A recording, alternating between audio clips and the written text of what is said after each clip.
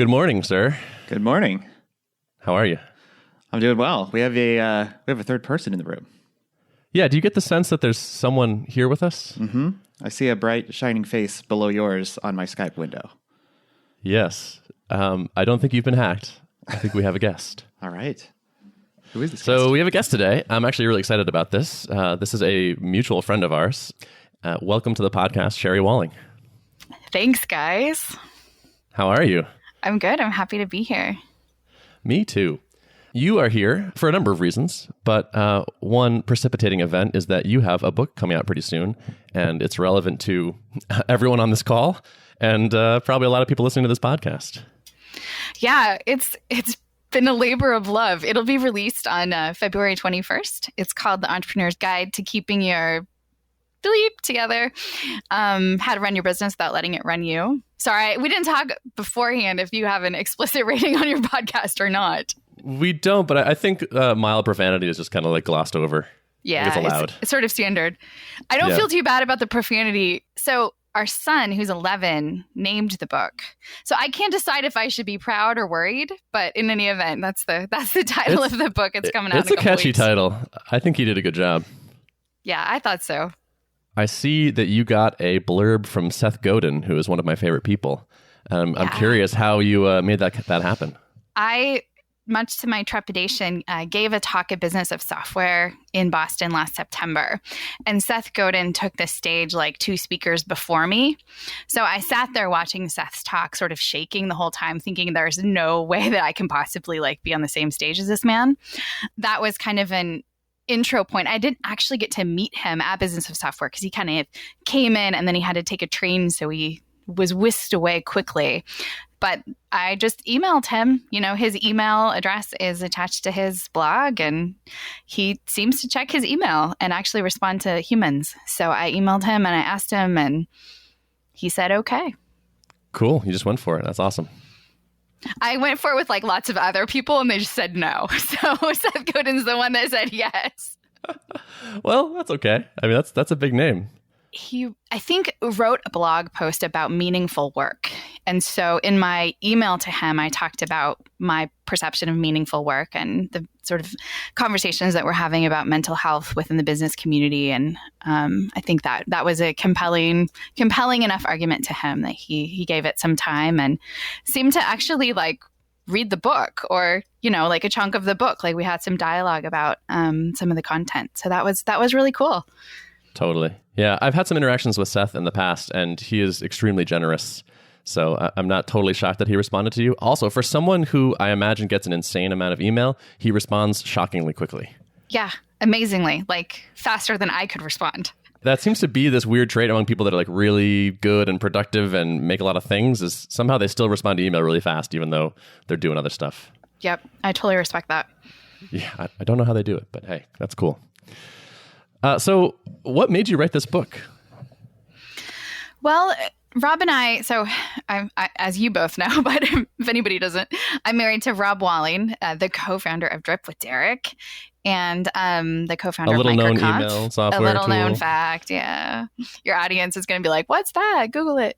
I would say about 3 years ago, Rob and I intentionally started talking more about mental health and kind of personal wellness within the founder community specifically. So I've done that through conference talks, and then we co-host a podcast called Zen Founder, where we talk about issues related to mental health and family wellness and those kinds of things. So we have, you know, sort of 3 years of material that we've been working with. And certainly we have a hefty following of folks who love the podcast, but we felt like this is a really important conversation to get out to kind of a wider group of entrepreneurs. And it seemed like a book was a good way to do that. So we've been working on it for about a year and it's finally ready to go. And it kind of has our most useful tips and strategies for keeping an eye on your mental health while you're also growing your business. You're almost done writing the book, I hope, given your release date. It's done. It's done. Oh, it's done. Okay, awesome. Great. Yeah. I haven't written a book myself, but I've heard from a lot of people that it is a kind of arduous process. Is this your first book, and was it arduous? It is my first book, and it was arduous. It was arduous in kind of surprising ways, though, to be honest. So my life before I worked a lot with entrepreneurs was to work as an academic, which I did a lot of writing, not a book, but more traditional academic articles. So I have a system that works for me of like pacing and setting aside time in the morning. And, so it wasn't so much sitting down and writing and getting it done as much as like, honestly, all of the stuff that's gone along with selling the book.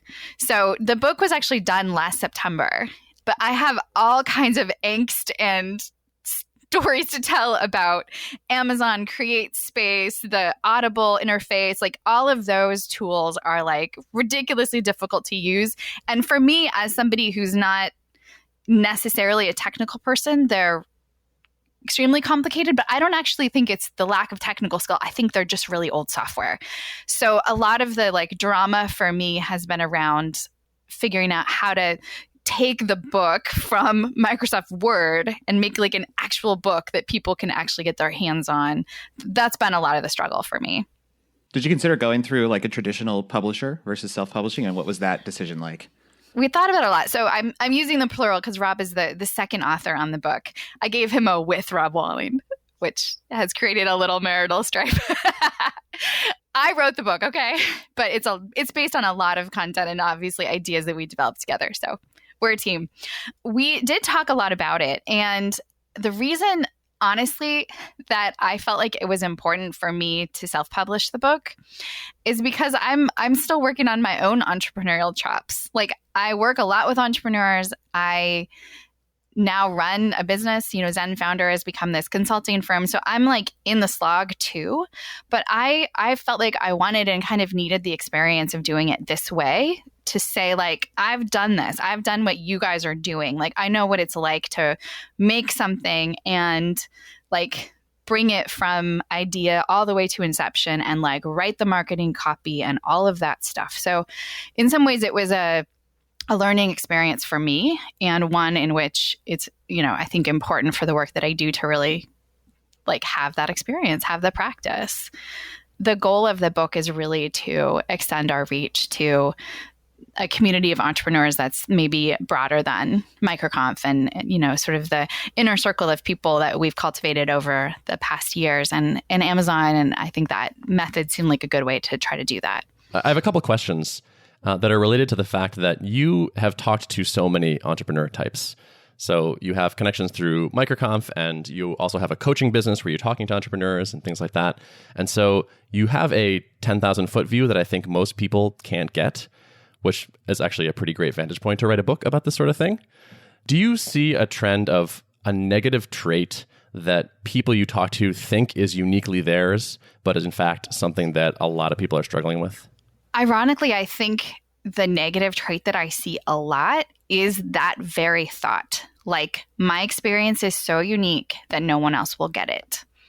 I want to support that, yes, it's a unique road as an entrepreneur and everybody has their own struggles and their own business and their own challenges.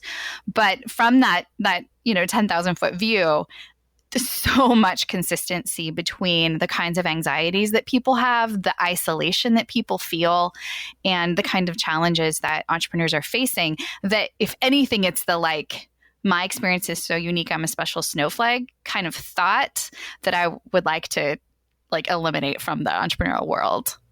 It's crazy how it's the meta thought that is causing people so much trouble. Well, because it breeds isolation and it keeps people from reaching out and getting help about practical questions that they have or that sort of loneliness that they feel. I think all entrepreneurs go through significant ups and downs of will anybody care about my idea? Am I becoming obsolete? Is this going to fly? Am I going to run out of money soon? I mean, those are really common questions, but I think they are also very isolating questions and people feel unnecessarily lonely in them. You should maybe write a book about this so people will know that they're not unique in that way. I'll do my best. One thing that I have experienced, having done some writing in the past, is that I often find myself needing to cut things that I would have liked to included, but just don't quite fit or I can't quite get in there. There's some famous author that said, kill your darlings while you're writing. Were there things that you had to cut that you would have liked to have included?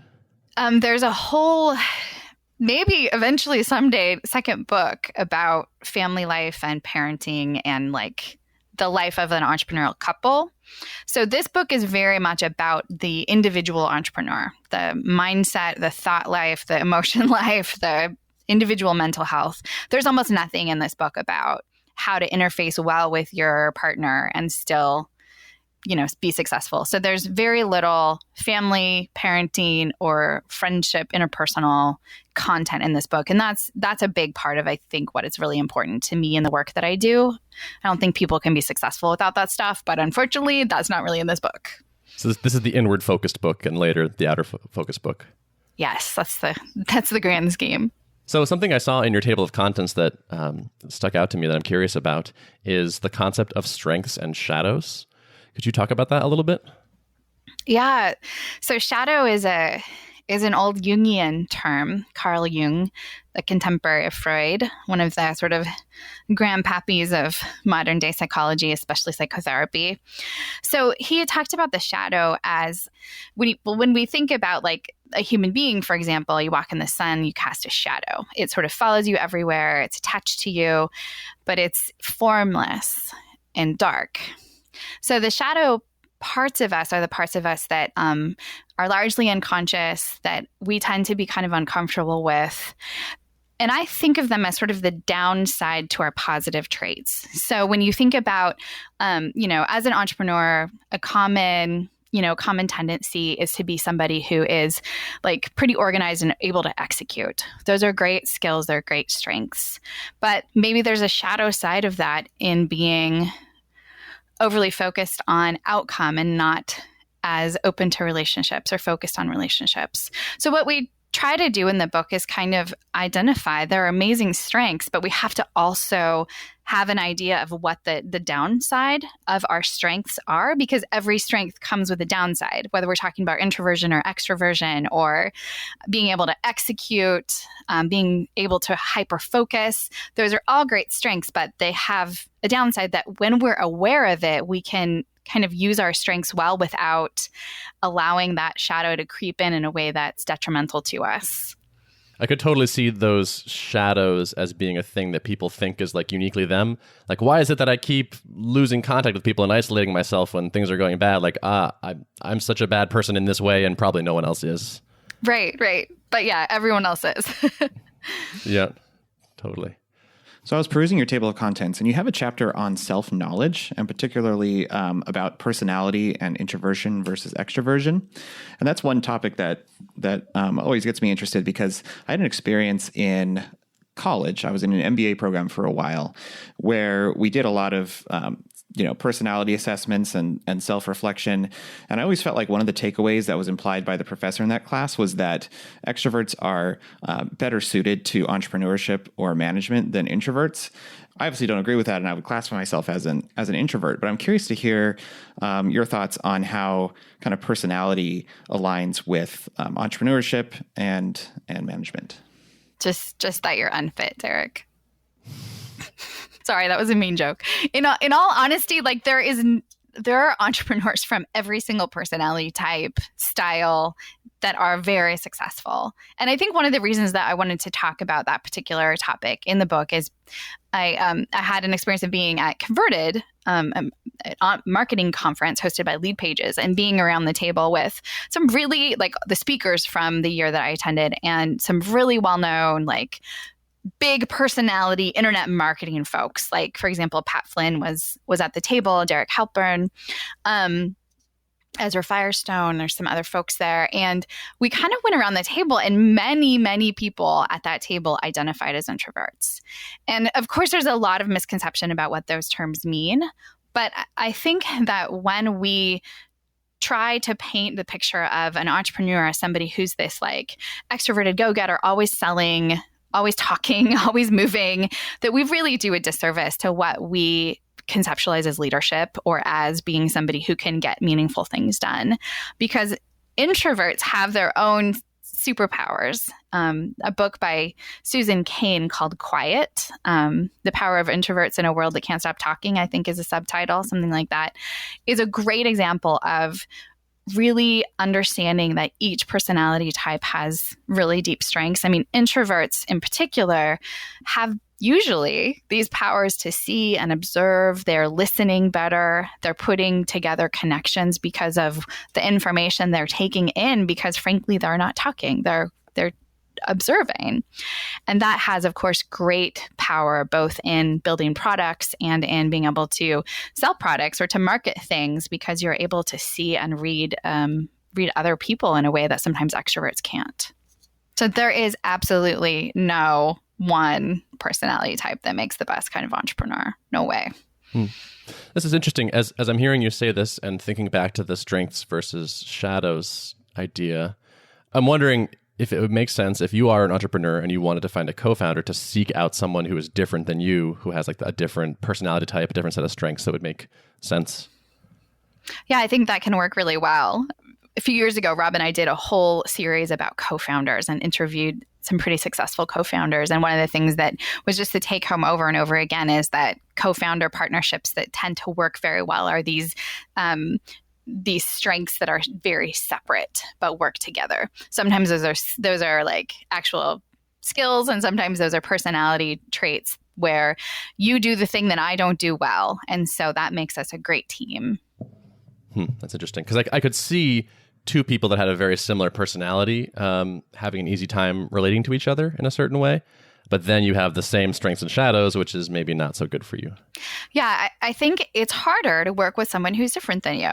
Just like it's harder to be in a relationship with someone who's different than you. But that can also really make that relationship richer. So there are more perhaps interpersonal challenges with a co-founder who has very different strengths, very different personalities. But in terms of like work, product, and actual success of the business, I think the trend is there. That's where we see the best outcome. Do you have a favorite topic or chapter from the book that you're really glad is getting out in the world? I think probably the mental health. So there's one chapter that really is kind of an outline of what is depression? What does it look like in founders? What is ADHD? And not because, everybody needs to read about that topic, but I think it's just a unique voice that I get to lend to this conversation that another coach or another successful entrepreneur doesn't necessarily have that background and training. And I do know that, many people, successful entrepreneurs at times go through periods where mental health is a really raw issue for them. And so to be able to put something together that I hope and really worked hard to make very like user-friendly and non-tech speak and just accessible to people, but to provide hopefully some very helpful guidance, it's something I'm proud of being able to put out there. Totally. And I realized I kind of accidentally slighted you earlier when I didn't introduce you as Dr. Sherry Walling. That's cool. I just make my kids call me doctor, really. But so you have quite a bit of formal background and training in this. This isn't just from the trenches experience. It's also, you're aware of the academic literature, and you had a full education in this. Yep. And then some. Yeah. I went to school for a really long time. So how is your own mental state as you launch this thing? I wish that knowing all of this stuff helped me not experience it, but nobody's exempt. Nobody's exempt. Yep. So I've been anxious. I've been I have all of those fears. Nobody cares. Nobody is going to read this book. Nobody is going to like this book. It's not going to be helpful. It's just going to launch to silence. That's the greatest fear. And then, of course, the fear of somebody's going to be like, you don't know what you're talking about, all of the criticisms. It feels like putting a chunk of myself out there in the world. And that's definitely uncomfortable. I'm also excited about it. I'm proud of finally finishing a book. Rob and I finished this book in the midst of a year that had a lot of personal chaos for us. We took emergency custody of a couple kids. My dad has cancer. It was just, I had every excuse not to get it done. So I'm really happy that I did get it done. So yeah, it's a mixed bag. It's excitement and then no shortage of fear and trepidation. I'm glad this book is coming out. I feel like it feels like there's a thread of empathy running through it. And so the people that read this that need it are going to get a lot from it, it feels like to me. I hope so. The doing your own business thing, the entrepreneurial journey is a really hard one. And like we've touched on, it does tend to be pretty isolating. And there's that common idea of like, oh, this is just me. Like a warm, compassionate counter voice to that, I think actually is going to be a big deal. I don't think this will launch to nothing. I think the people that read it, who are the right audience, will get a lot from it. Oh, thanks, Ben. Yeah, that's the hope is, to put something out there in the world that's helpful to people. Talking about these mental health issues in particular can be one of those things where you catch somebody at the right time and you save them in a big way from some like real darkness. I recently interviewed a woman named Kim who lost her husband to suicide, I think about 5 years ago. And he was in the first 6 weeks of a startup. And things just started to go bad very quickly. And he wasn't sleeping. And they as a couple just had no idea that that's actually kind of normal. Like to be in an early phase of a startup, like I would totally expect that you won't be sleeping well. You might have some like GI troubles. Like you're just like all in this really intense way. And that can look kind of messy. And so my conversation with Kim, I think, really helped me feel excited about launching the book, because if nothing else, I just want to like normalize a lot of the distress that entrepreneurs feel. We can't fix it all and we can't save people from it. Like when you do hard things, it's hard. There's no way around that. But I think we can say like, you're not crazy. You're not alone. And here are like 5 to 10 things that you can try to help you sleep better and function better and help your brain work better. So it's not hopeless. And that's kind of the core of the book. I'm really excited to see this come out too. And I remember, I think it was one of your earlier talks to the entrepreneur community at MicroConf. I remember being there, this is a couple of years back, right? And just seeing the response, basically no other talk like that had been done at a tech/business conference that I had seen. And the response seemed pretty visceral from a lot of people, like, oh my gosh, I need to be hearing more about this stuff. And no one's talking about this, but it's, you could just see the emotional response from people. So I'm really excited that you and Rob keep this conversation going and putting out stuff, because I think it's much needed in our community. Yeah, I feel like I've been really, really grateful for, Mike and Rob, obviously like giving me some time on stage. I will say giving me, but like I did have to apply for an attendee talk. Like I had to get voted up on that stage. But then, I got invited back because that talk went well. But there have been, Chris Gates, who hosts Rhodium Community, Mark Littlewood, who does Business of Software, Chris Lemma, who does Cabo Press. Like there have been a number of people who have said, this is important. We're going to make this conversation happen. And I get funny emails from people when I'm talking, or like I got an email when I was doing a talk last fall where someone said, I almost didn't come to your talk. I didn't really understand why you were here. I had low expectations and I'm so glad I came. I was like, that's pretty much the best review, right? Yeah. That's awesome. Nice. Well, I think that's a pretty good place to stop. I haven't read the book yet, but I'm excited to read it. And Sherry would never mention this because she's too pro, but I have taken advantage of her coaching in the past. We did some one-on-one chats and it was great. And she's the real deal. And that empathy is real. And so I'm confident saying the book will be good. So if you're in this situation, check it out. Where can people get on the list, Sherry? All things book related are at zenfounder.com. People can sign up for the pre-launch list and learn about all the things that we're doing over at zenfounder.com. Awesome. Well, thanks for being on. It was fun talking. Thanks, guys. If you'd like to access the show notes for this episode, you can head to artofproductpodcast.com, and we'll see you next time.